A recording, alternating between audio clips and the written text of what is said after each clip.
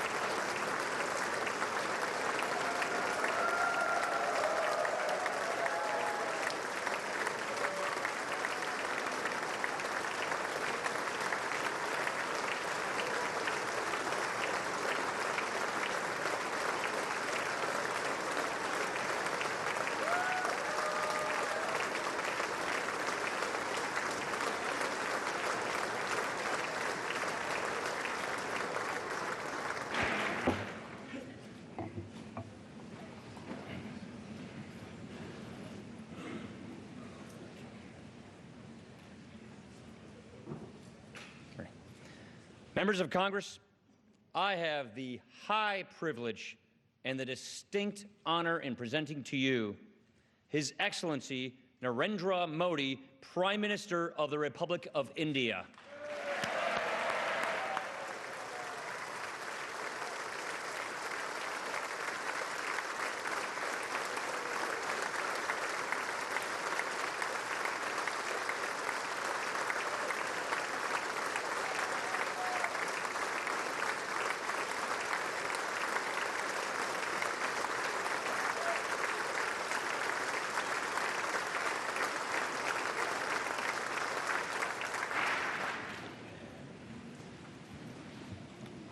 Mr. Speaker, Mr. Vice President, distinguished members of the U.S. Congress, ladies and gentlemen, I'm deeply honored by the invitation to address this joint meeting of the U.S. Congress. Thank you, Mr. Speaker, for opening the doors of this magnificent Capitol. This temple of democracy has encouraged and empowered other democracies the world over.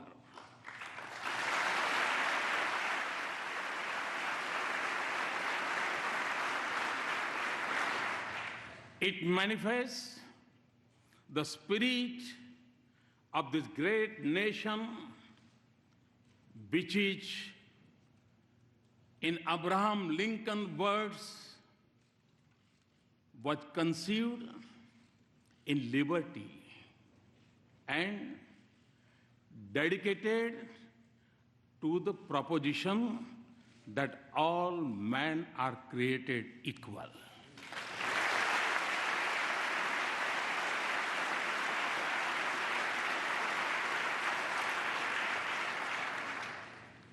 In granting me this opportunity, you have honored the world's largest democracy and its 1.25 billion people.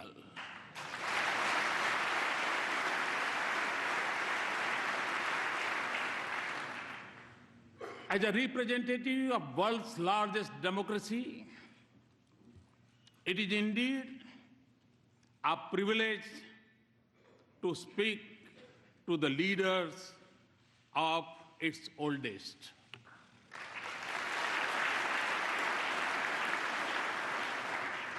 Mr. Speaker, 2 days ago, I began my visit by going to the Arlington National Cemetery, the final resting place of many brave soldiers of this great land.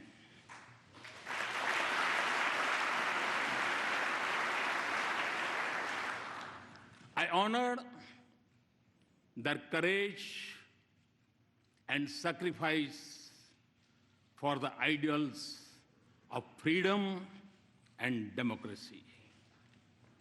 It was also the 72nd anniversary of the D-Day. On that day, thousands from this great country fought to protect the torch of liberty.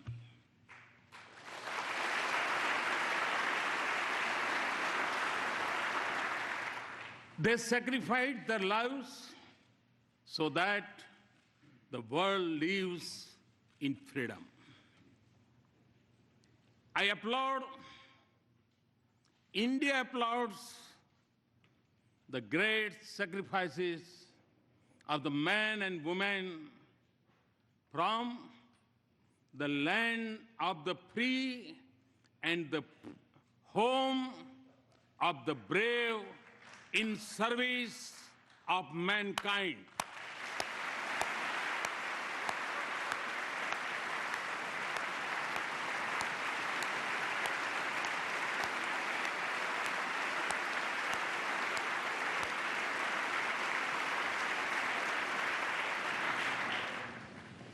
India knows what this means because our soldiers have fallen in distant battlefields for the same ideals. That is why the threads of freedom and liberty from a strong bond between our two democracies. Mr. Speaker, our nations may have been shaped by diverse histories, cultures, and faiths. Yet, our belief in democracy for our nations and liberty for our countrymen is common. The idea that all citizens are created equal is a central pillar of the American Constitution. Our founding fathers too shared the same belief and sought individual liberty for every citizen of India.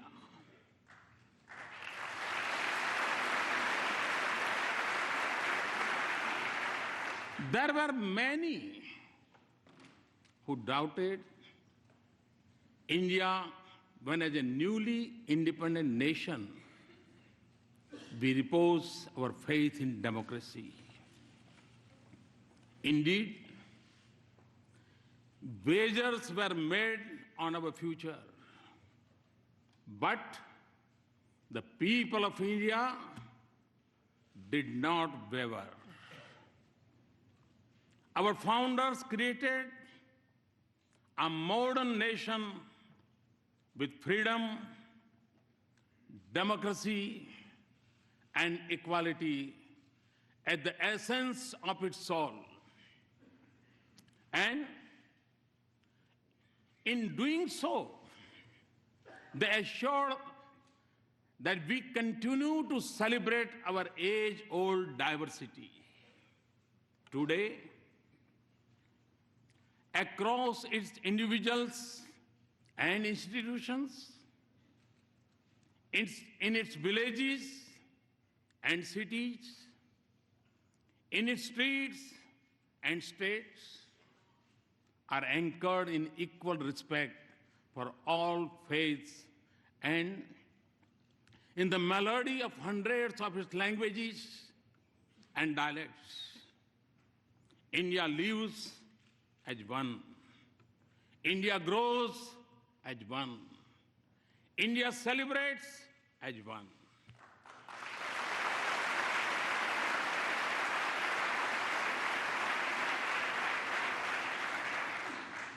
Mr. Speaker, modern India is in its 70th year. For my government, the Constitution is its real holy book. And in that holy book, freedom of faith, speech, and franchise, and equality of all citizens, regardless of background, are enshrined as fundamental rights.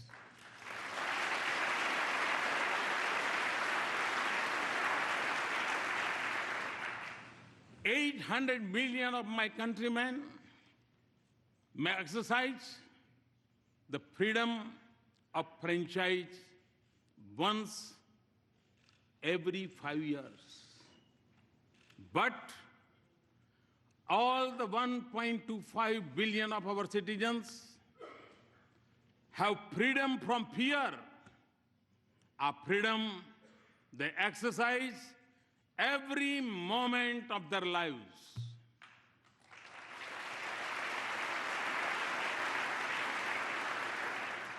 Distinguished members, engagement between our two democracies had been visible in the manner in which our thinkers impacted one another and shaped the course of our societies.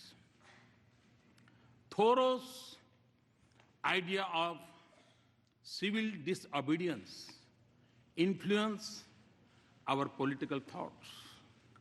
And similarly, the call by the great sage of India, Swami Vivekananda, to embrace humanity was most famously delivered in Chicago.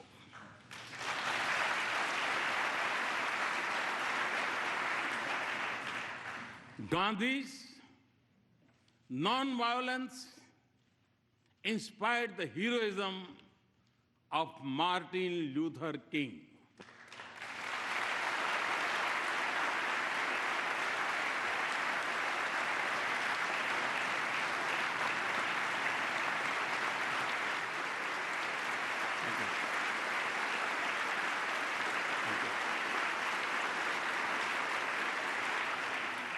Today, a mere distance of 3 miles separates the Martin Luther King Memorial at Tidal Basin from the statue of Gandhi at Massachusetts Avenue.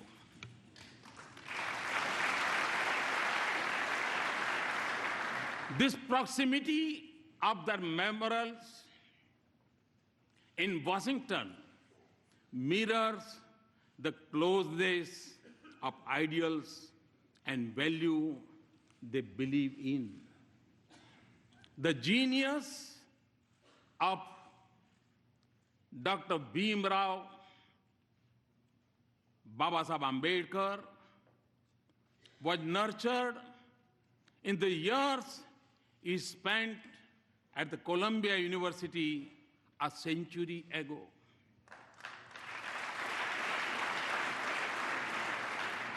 The impact of US Constitution on him was reflected in his drafting of the Indian Constitution some 3 decades later.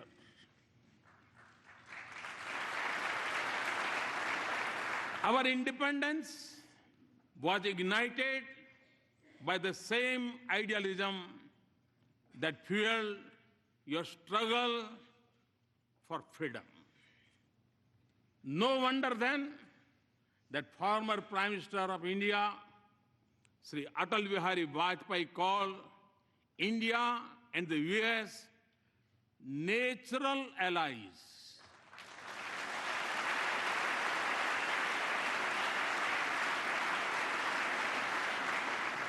No wonder that the shared ideals and common philosophy of freedom shape the bedrock of our ties. No wonder then that President Obama has called our ties the defining partnership of the 21st century.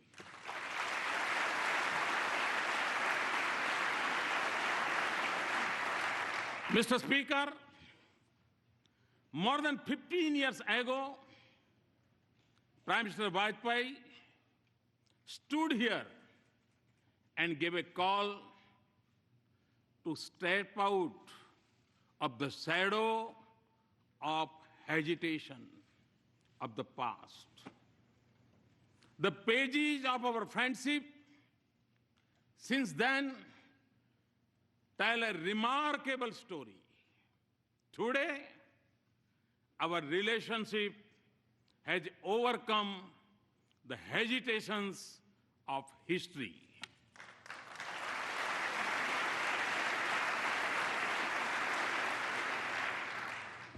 Comfort, candor, and convergence define our conversations. Through the cycle of elections and transitions of administration, the intensity of our engagements has only grown. And in this exciting journey, the US Congress has acted as its compass. You have helped us turn barriers into bridges of partnership.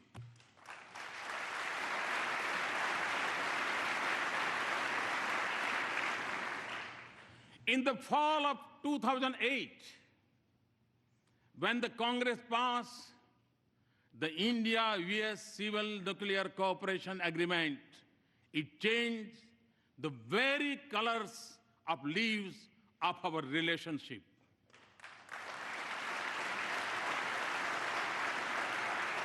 We thank you for being there when the partnership needed you the most. You have also stood by us in times of sorrow. India will never forget the solidarity shown by the US Congress when terrorists from across our border attacked Mumbai in November of 2008.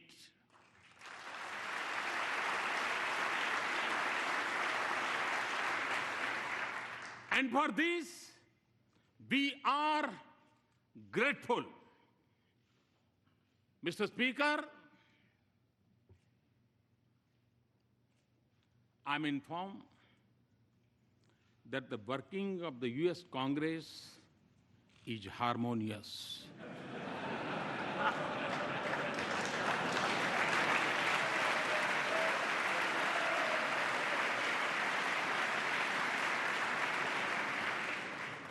I'm also told that you are well known for your bipartisanship.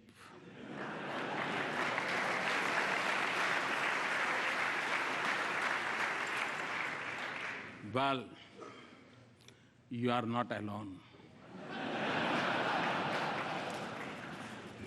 Time and again, I have also witnessed a similar spirit in the Indian Parliament.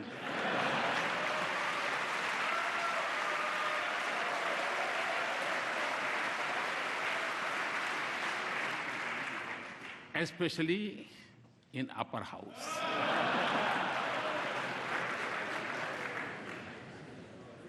So,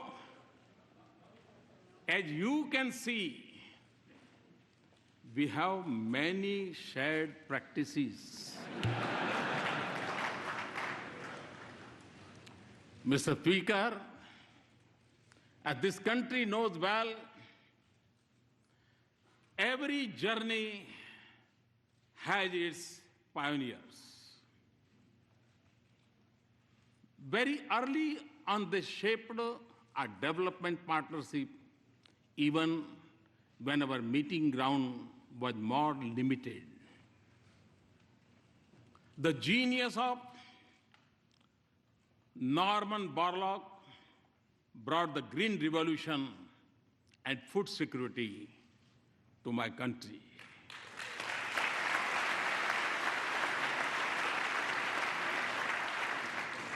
The excellence of American universities nurtured institutions of technology and management in India.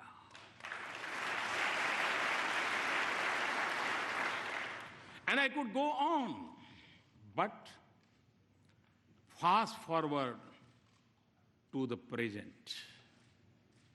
The embrace of our partnership extends to the totality of human endeavor.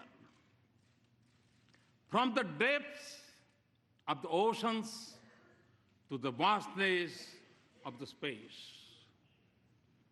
Our science and technology collaboration continues to help us in cracking the age-old problems in the fields of public health, education, food, and agriculture.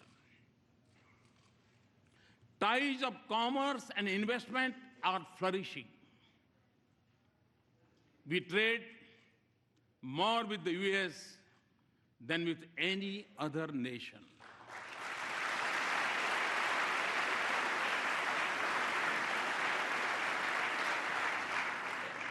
And the flow of goods, services, and capital between us generates jobs in both our societies.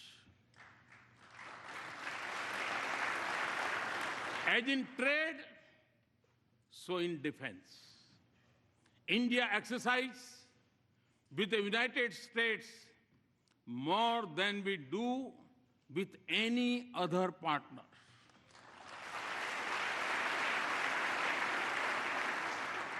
Defense purchases have moved from almost zero to $10 billion in less than a decade.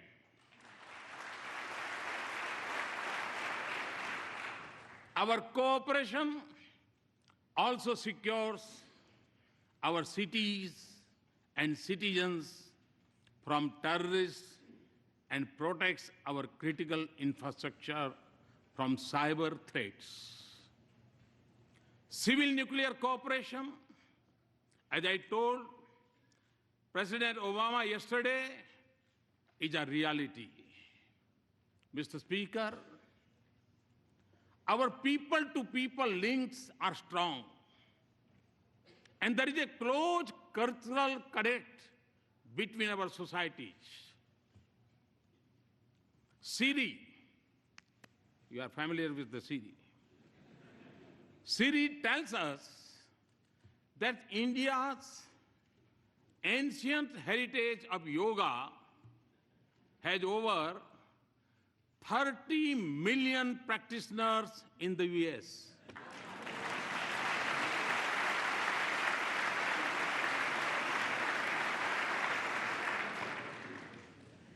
It is estimated that more Americans bend for yoga than to throw a curveball. And no, Mr. Speaker, we have not yet claimed intellectual property right on yoga.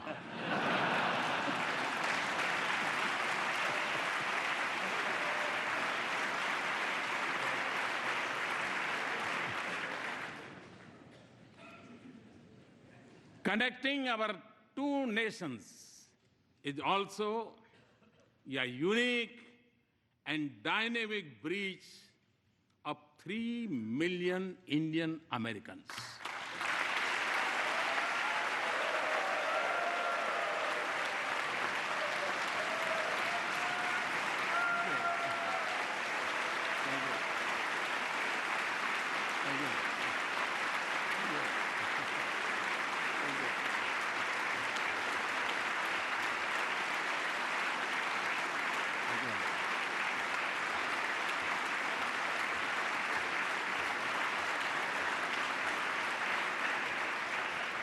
Today,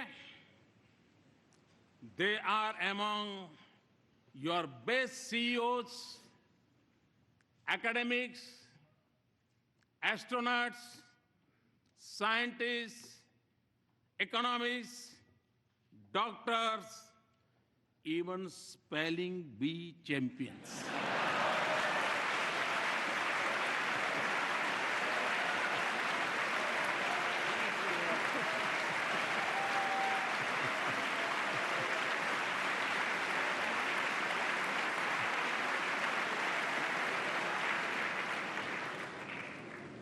They are your strength. They are also the pride of India.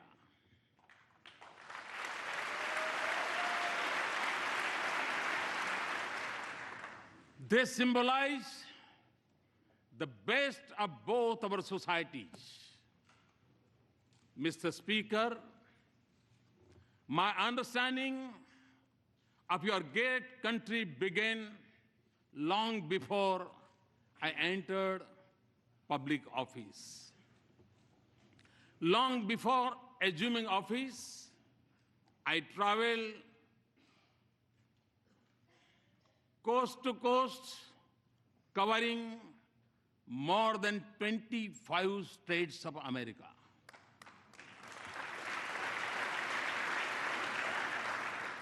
I realized then that the real strength of the US was in the dreams of its people and the boldness of their ambitions.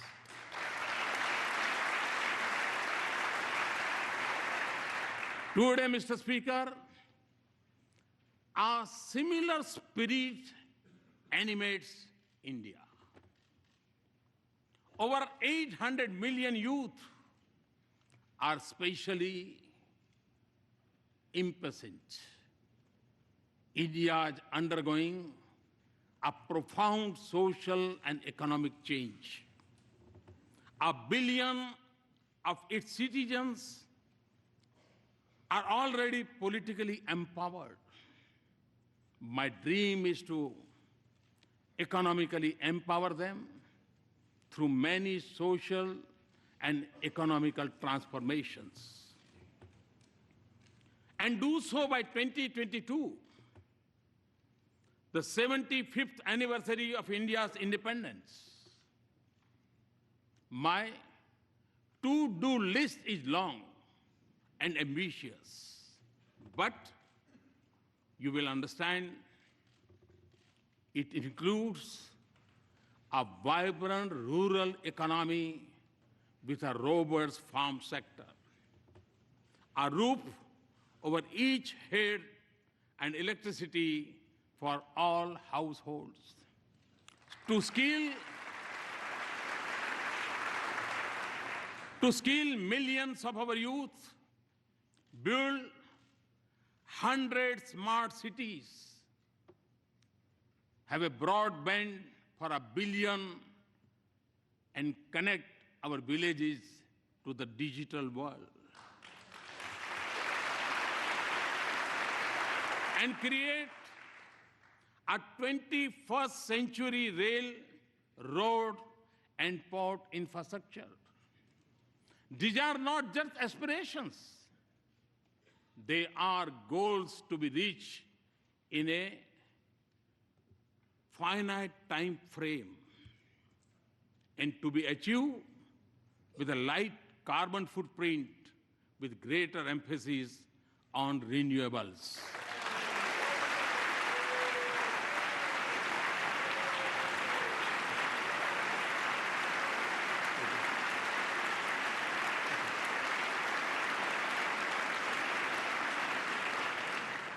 Mr. Speaker, in every sector of India's forward march, I see the US as an indispensable partner.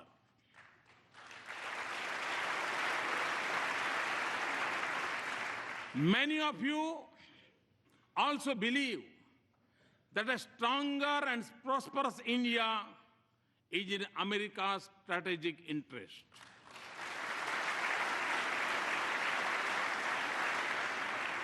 Let us work together to convert shared ideals into practical cooperation. There can be no doubt that in advancing this relationship, both nations stand to gain as the US businesses search for new areas of economic growth, markets for their goods, a pool of skilled resources, and a global locations to produce and manufacture. India could be their ideal partner.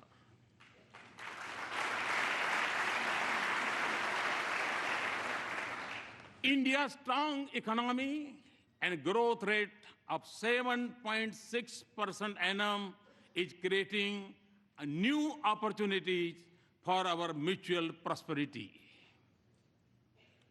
Transformative American technologies in India and growing investment by Indian companies in the United States both have a positive impact on the lives of our citizens. Today, for the global research and development centers, India is the destination of choice for the US companies. Looking eastward from India across the Pacific, the innovation strength of our two countries comes together in California.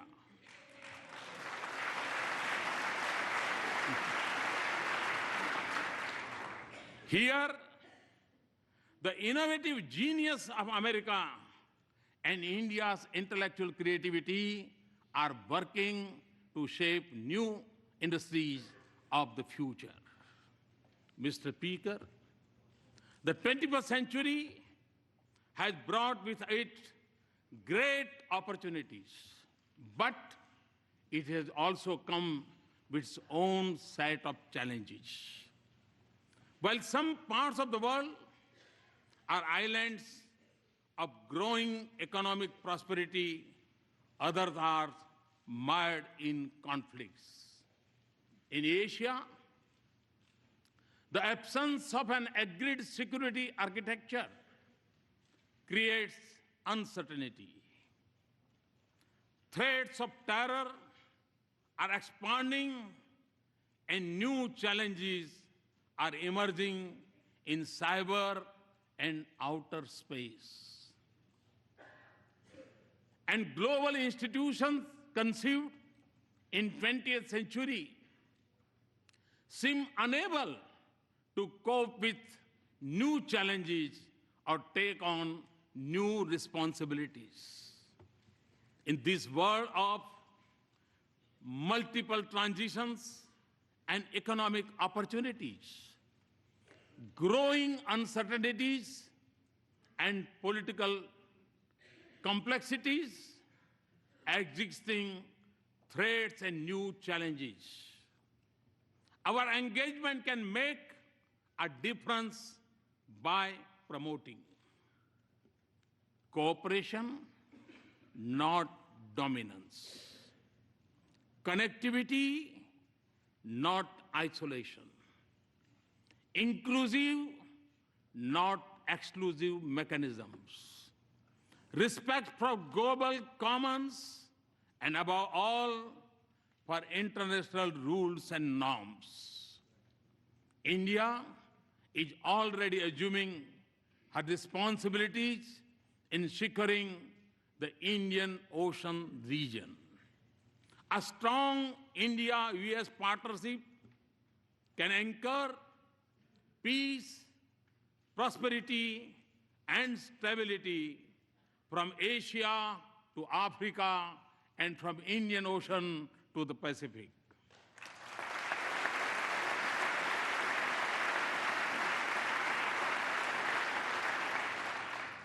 It can also help ensure security of the sea lanes of commerce and freedom of navigation on seas.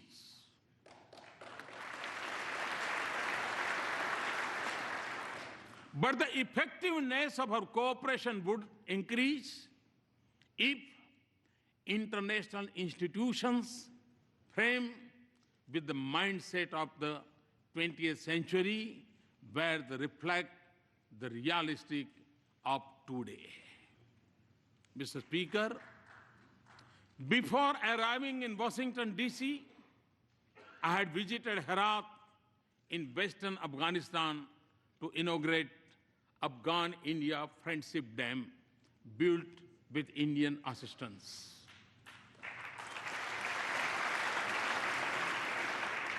I was also there on the Christmas Day last year to dedicate to that proud nation, its parliament, a testimony to our democratic ties. Afghans naturally recognize that the sacrifices of America have helped create a better life.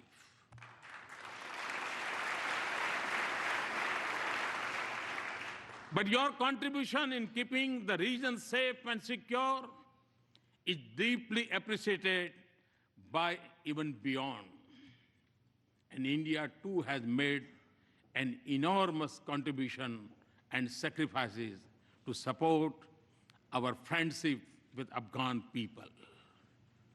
A commitment to rebuild a peaceful and stable and prosperous Afghanistan is our shared objective. Yet, distinguished members, not just in Afghanistan, but elsewhere in South Asia and globally, terrorism remains the biggest threat.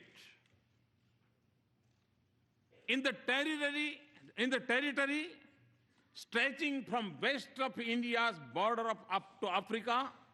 It may go by different names, from Lashkar-e-Taiba to Taliban to ISIS, but its philosophy is common, of hate, murder, and violence. Although it is a shadow spreading across the world, it is incubated in India's neighborhood. I commend the members of the US Congress for sending a clear message to those who preach and practice terrorism for political gains.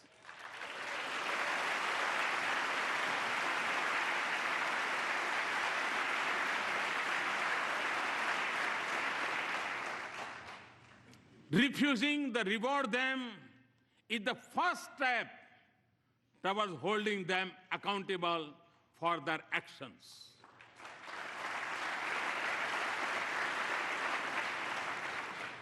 The fight against terrorism has to be fought at many levels, and the traditional tools of military intelligence or diplomacy alone would not be able to win this fight.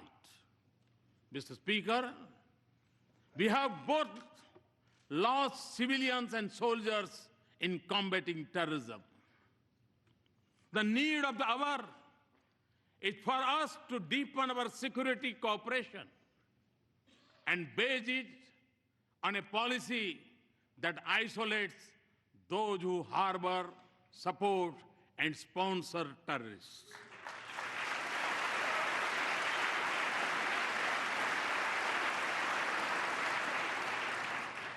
That does not distinguish between good and bad terrorists, and that delinks religion from terrorism.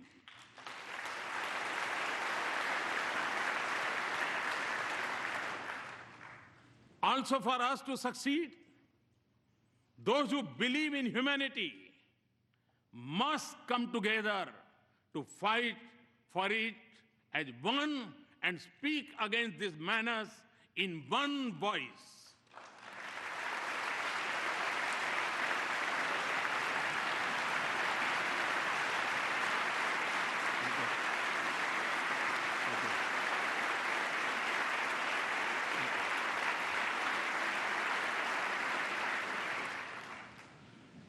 Terrorism must be delegitimized.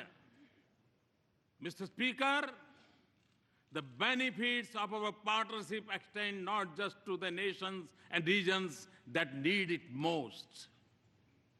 On our own, and by combating our capacities, we are also responding to other global challenges, including when disaster strikes and where humanitarian relief is needed.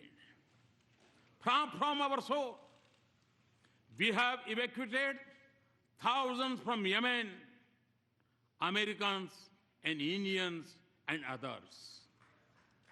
Nearer home, we have the first responders during Nepal's earthquake, in the Maldives water crisis, and most recently during landslide in Sri Lanka.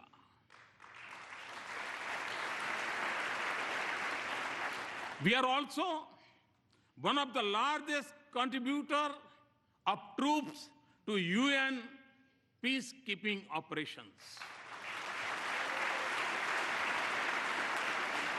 Often, India and the US have combined their strengths in science and technology and innovation to help fight hunger, poverty, disease, and literacy in different parts of the world. The success of our partnership is also opening up new opportunities for learning, security, and development from Asia to Africa. And the protection of environment and caring for the planet is central for our shared vision of a just world.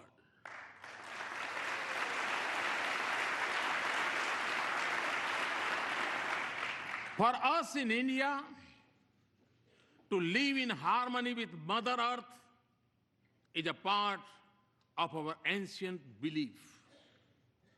And to take from nature only what is most essential is a part of our Indian culture. Our partnership, therefore, aims to balance responsibilities with capabilities.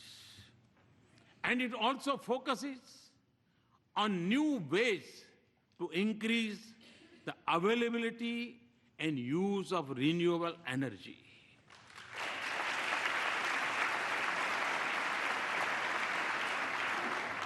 A strong US support for our initiative to form an international solar alliance is one such effort. We are working together not just for better future for ourselves, but for the whole world. This has also been the goal of our efforts in G20, East Asia Summit, and climate change summits.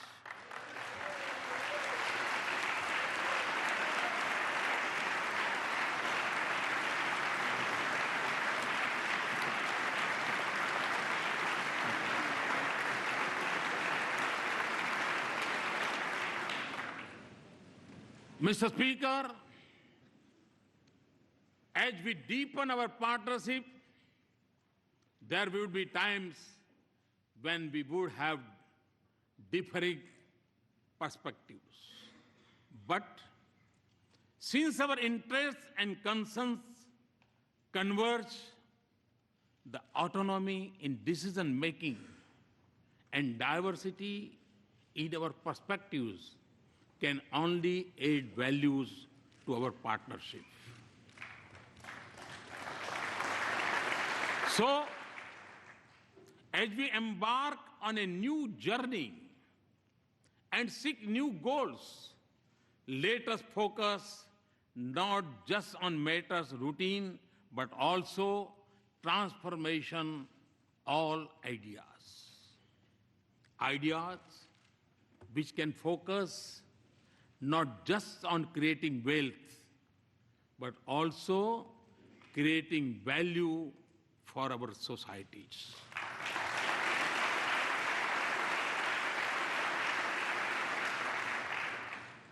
Not just on immediate gains, but also long-term benefits. Not just on sharing best practices, but also shaping partnerships, and not just on building a bright future for our people, but in being a bridge to a more united, human, and prosperous world.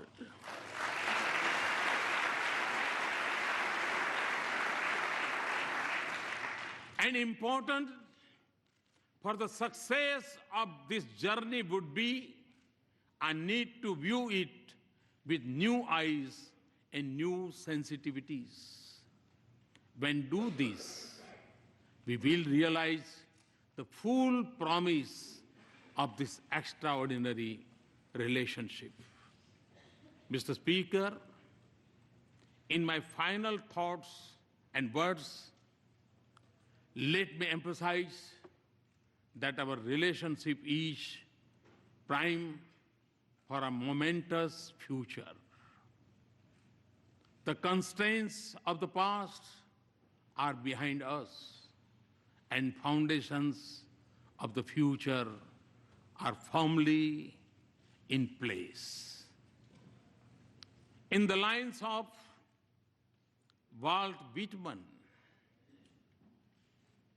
the orchestra have sufficiently tuned their instruments.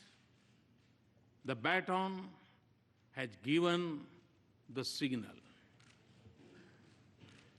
And to that, if I might add, there is a new symphony in play.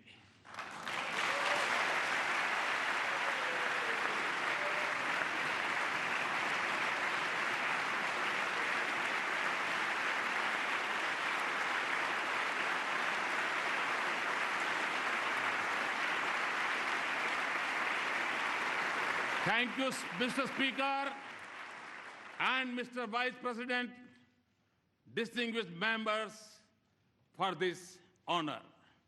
Thank you very much. Thanks a lot.